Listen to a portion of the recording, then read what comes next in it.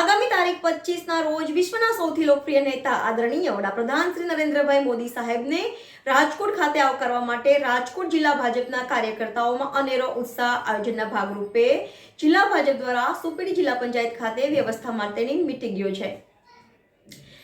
દર્શક મિત્રો, તમારી આસપાસ બની રહેલી અવનવી ઘટનાઓ વિશે જાણવા માટે NN ન્યૂઝને લાઈક કરો, શેર કરો, સબસ્ક્રાઇબ કરો અને બેલ આઇકન પ્રેસ કરો, જેથી આપને નોટિફિકેશન્સ મળતી રહે.